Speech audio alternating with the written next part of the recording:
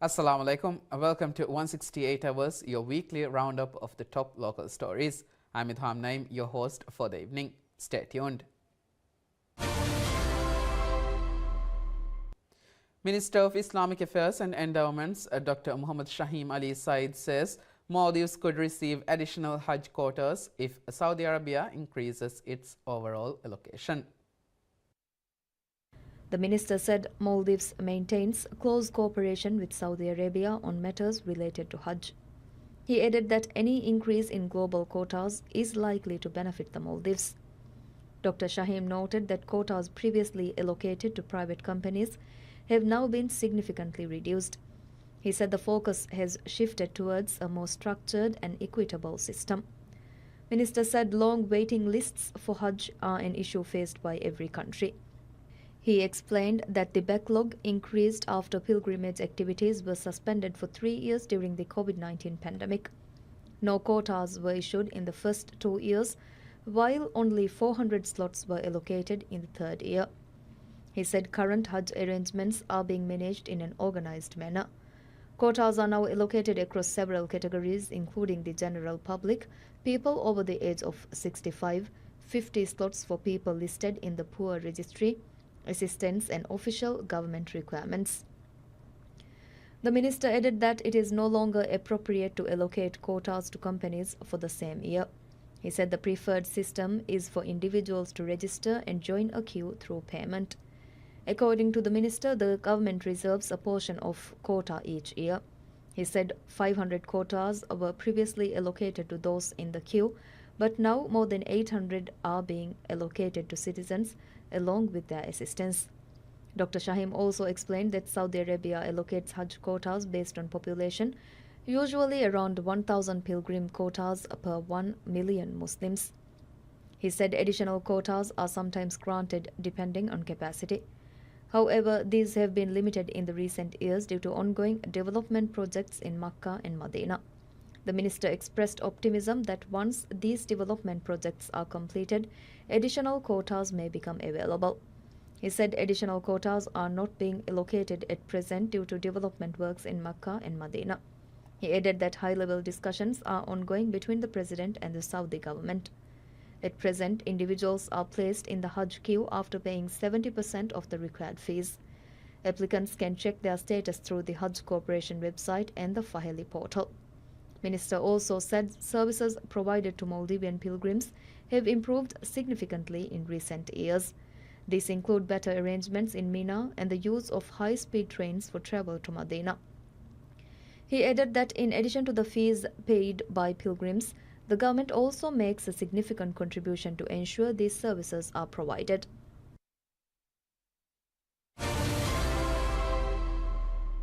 Rising global oil prices driven by unrest in the Middle East are placing pressure on Maldivian fishermen, prompting government intervention to ensure continued fishing operations.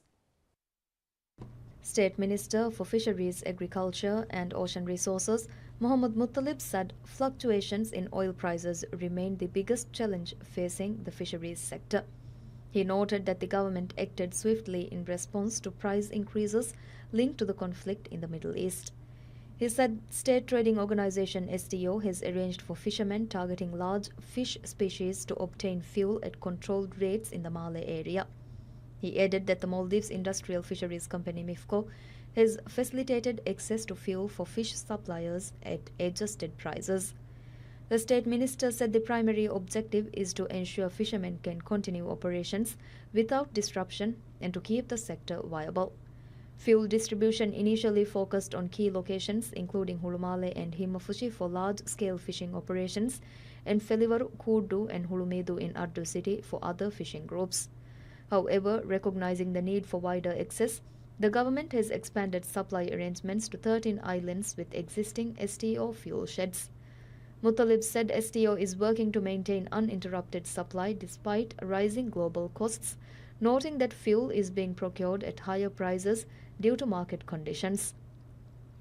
He said the Ministry of Finance, Ministry of Fisheries, Agriculture and Ocean Resources and MIFCO are working together to ensure fishermen continue to receive fuel despite the price increases. He added that there are challenges in meeting full demand during this period. The Fisheries Ministry said the measures are expected to reduce operational costs for fishing vessels and provide significant relief for fishermen. According to the ministry, more than 1.1 million litres of fuel have already been distributed under the government's initiative to support the sector amid the ongoing Middle East crisis.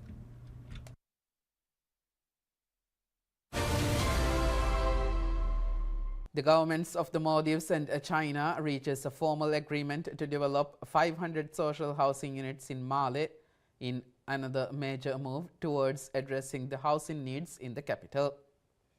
The pivotal minutes of the meeting document was signed on the sidelines of the high-level conference on global action for shared development, which took place in Beijing from the 21st to 22nd April. The agreement, a direct outcome of extensive discussions held during the conference, marks a major step forward in bilateral cooperation. The Ministry of Infrastructure, Housing and Urban Development confirmed that the project will be realized through interest-free financial assistance provided by the Chinese government, underscoring a commitment to shared development and mutual cooperation. Minister of State for Infrastructure, Housing and Urban Development Ibrahim Toam Mohammed signed the minutes on behalf of the Maldivian government, while Liu Jungfeng, chairman of the China International Development Cooperation Agency (CIDCA), signed for the Chinese side. In a related meeting, both parties also reviewed other ongoing development projects in the Maldives funded with Chinese assistance. Both sides reaffirmed their commitment to working closely together to ensure the safe, timely, and successful implementation of all collaborative initiatives. The Ministry of Finance and Public Enterprises announces a crucial initiative to strengthen the management of public sector companies, in identifying it as a key strategy to reduce the nation's substantial and a growing expenditure on subsidies. The announcement was made by Deputy Minister of Finance and Public Enterprises Ahmad Saeed Mustafa during an appearance on PSM News' Rajya Miedu program. Deputy Minister Saeed said that while the people expect strong governance, the state's largest expenditure is on electricity generation. Despite a significant increase in global oil prices, the government has continued to provide utility services without raising tariffs for consumers, absorbing the financial burden entirely through subsidies. He revealed that this year's budget was initially allocated $64.9 million for this purpose. However, this figure did not account for the recent volatile situation in the Middle East, suggesting the final cost will be far higher.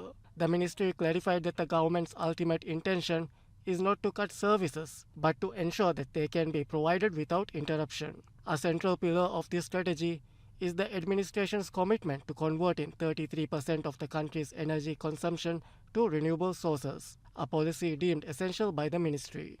Acknowledging the challenges, Saeed noted that deploying effective solar systems requires substantial lagoon or land area alongside significant technical work on each island. As an immediate measure, the ministry is advocating for technical changes to existing power plants to lower generation cost. This includes replacing high-speed diesel engines with more efficient medium-sized engines in atolls where the urban scale makes it feasible. In a concrete step towards this goal, the government has already begun restructuring the management of public enterprises. A recent agreement will see State Electric Company Limited Stelco take over the water, electricity and sewerage services for 25 islands across Ba, Laviani and Mimu atolls, a move designed to centralize and improve efficiency in service delivery.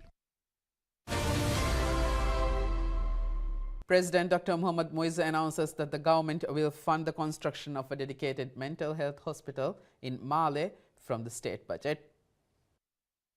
Speaking at a press conference, the president said the decision was taken in response to the growing number of people requiring mental health support and the need to provide timely services. Earlier, the government has announced plans to develop a mental health facility in Gang, Lamu Atoll. President Muiz revealed in addition to this hospital under development, another dedicated hospital will be developed in Male from the state budget. The president explained that an earlier plan to develop a mental health facility in Gang, Lamu Atoll with foreign loan assistance had faced delays due to lengthy procedures. As a result, the government has opted to prioritize a hospital in Male using domestic funding. The president clarified that the new hospital in Male will not replace the proposed facility in Gang Lamu Atoll. The GAM project remains under consideration pending the required funding. He added that land has already been secured in Male for the new hospital, with plans based on a similar scale to the GAM project, which was designed for a 14,000 square foot site at an estimated cost of $18 million US. The president also highlighted recent progress in mental health services through the National Health Insurance Scheme Asanda.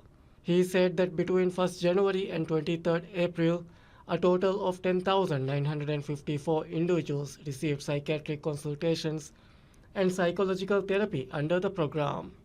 He noted that these efforts are also ongoing to expand mental health services across the atolls to improve accessibility nationwide.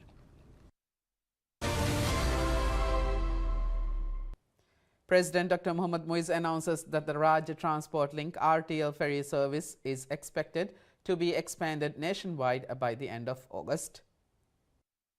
Speaking at a weekly press conference, the president said the government is continuing the rollout of the services according to its planned schedule, describing RTL as a key priority for improving national connectivity. The RTL network, which was launched in 2022, is currently operational in 15 atolls connecting 145 islands. The most recent expansion saw services introduced in Lamu Atoll last month.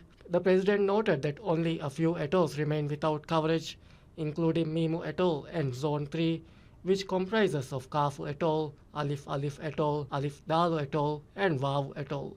He acknowledged that delays in payments to contractors had affected the pace of implementation. The government has said the nationwide rollout of RTL is aimed at strengthening inter-island transport, improving accessibility, and supporting economic activities across the Maldives. President Dr. Mohammad Muiz announces that the government has repaid $924 million in foreign debt obligations over a 21-day period. Providing a comprehensive update on the nation's financial progress, President Muiz underscored that the administration is actively settling both domestic and international liabilities without disrupting essential government services. According to initial figures, these disbursements align with a broader economic effort that saw $214.21 million allocated towards outstanding obligations to local companies within a 6-month period. The recent settlements processed within the first 3 weeks of the month encompass the prepayment of a $500 million sukuk issued in 2021 and a $400 million currency swap facility formalized during President Muiz's state visit to India.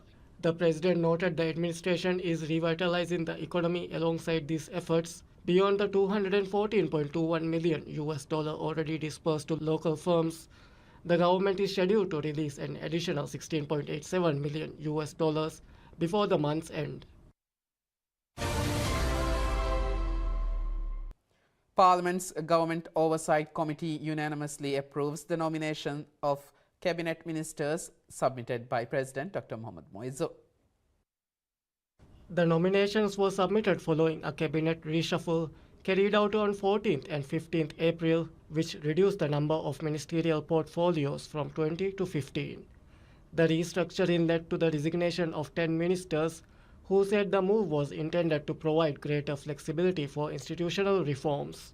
Following the reshuffle, the president appointed 5 new ministers, while 9 returning members assumed restructured portfolios. Under the Constitution, ministers must receive parliamentary approval before exercising full powers. The approved nominations include Hassan Rashid as Minister of Defense and National Security, Musa Zamir as Minister of Finance and Public Enterprises, Ali Ihsan as Minister of Homeland Security, Labor and Technology, and Irtisham Adam as Minister of Foreign Affairs. Other nominees include Ismail Shafiu as Minister of Education, Higher Education and Skills Development, Gila Ali as Minister of Health, Family and Welfare, Mohammad Saeed as Minister of Economic Development, Transport and Trade, and Ahmad Shyam as Minister of Fisheries, Agriculture and Ocean Resources. The list also includes Dr. Muhammad Shahim Ali Saeed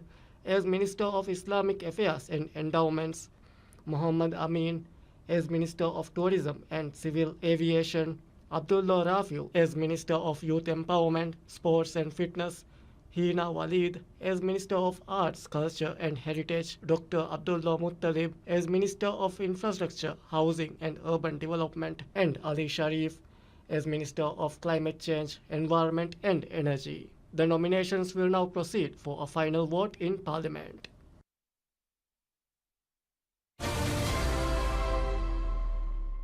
Minister of Islamic Affairs and Endowment, Dr. Muhammad Shaheen Ali Said says freedom of expression must be exercised within the limits of Islam and the law. In the post, the minister stated that freedom of expression is fully guaranteed under the Constitution of the Maldives, adding that journalists in the country enjoy this freedom and that it should be protected and further strengthened. He said the Maldives should be among nations that uphold high standards of press freedom globally. However, he emphasized that such freedom must be exercised responsibly, noting that journalism plays a crucial role in addressing injustice, unfairness, and corruption in the society. The minister described journalism as a national value that deserves recognition and protection at the state level.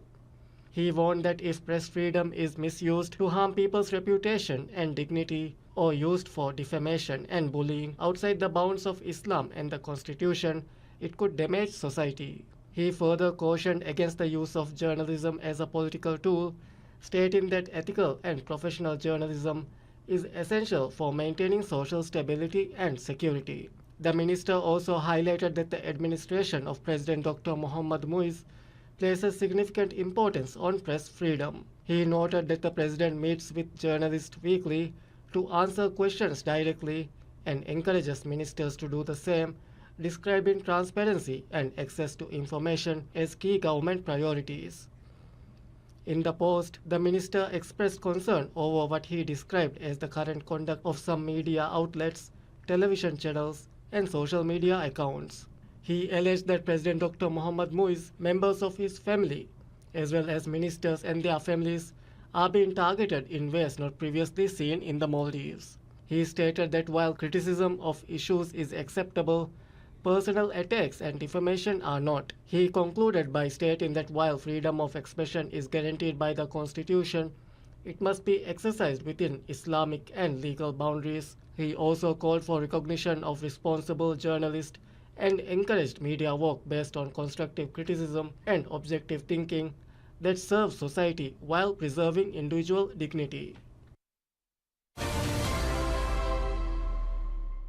Minister of Economic Development, Transport and Trade, Mohammad Said says taxi fares in the Maldives will be revised following consultations at all levels. Speaking at a press conference held at the President's office, the minister said he had received multiple concerns regarding taxi pricing. He noted that global fuel prices have risen due to the ongoing conflict in the Middle East, leading to an increased cost in the Maldives. As a result, taxi drivers have requested a revision of fares to reflect the higher operating expenses.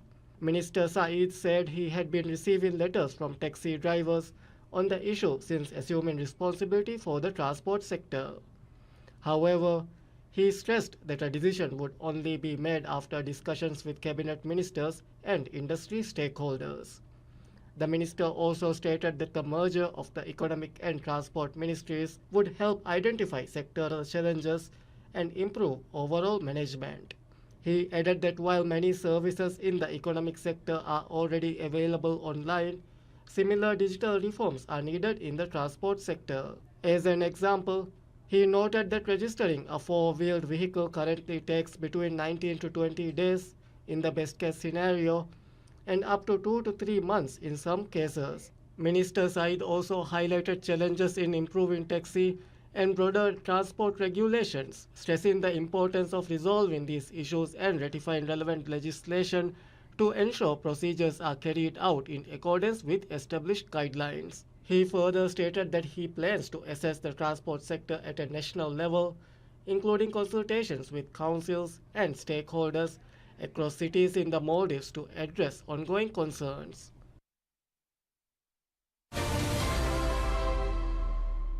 In a landmark verdict with profound implications for the nation's political landscape, the Supreme Court rules that the constitutional amendment stripping members of Parliament of their seats if they defect from or are expelled by their political party is not unconstitutional.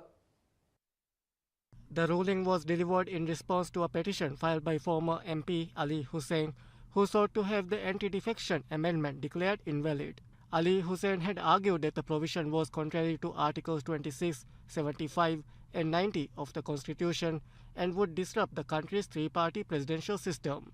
The main opposition party, the Maldivian Democratic Party, also intervened in the case. Delivering the majority opinion of the full bench, Chief Justice Abdul Ghani Mohammed firmly rejected these arguments.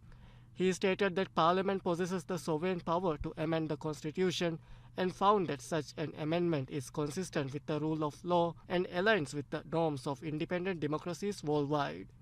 The Supreme Court ruled that Parliament has the power to amend the Constitution, and the court believes that such an amendment is not against the rule of law in accordance with the norms of independent democracies. The Chief Justice stated that there is no rule to declare the amendment to the Constitution invalid without constitutional authority. In his detailed opinion, the Chief Justice referenced court decisions on anti-defection laws from a variety of governing systems, including presidential and parliamentary models. He also noted that a similar law has been passed in the Maldives in 2017 and was previously upheld as valid by the Supreme Court. He concluded that the amendment would apply to the current 20th Parliament. The Chief Justice's opinion was supported by 6 other judges on the bench. However, the ruling was not unanimous. In a dissenting opinion, Justice Aisha Sujun Mohammed argued that the amendment should be repealed.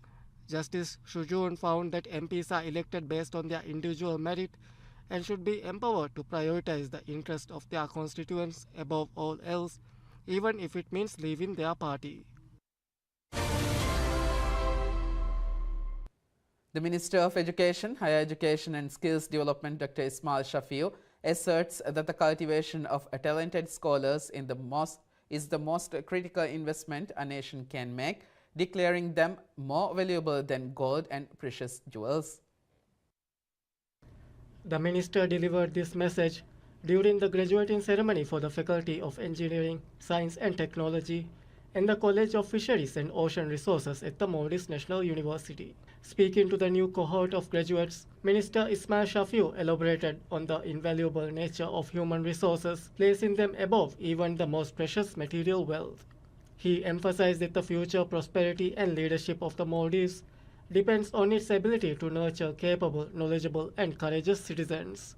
Reflecting on the students' academic journey, Minister Ismail Shafiu framed MNU's role as a monumental national investment. He highlighted that the true value of higher education extends far beyond textbook and syllabi, residing in the invaluable interactions between students and lecturers. The minister also issued a heartfelt call to action, urging all graduates to leverage their newly acquired expertise for the greater good. He encouraged them to step forward in their professional lives with a sense of duty, ready to serve the nation and contribute to its progress. That's it for now. Thank you for watching 168 Hours. Have a good day.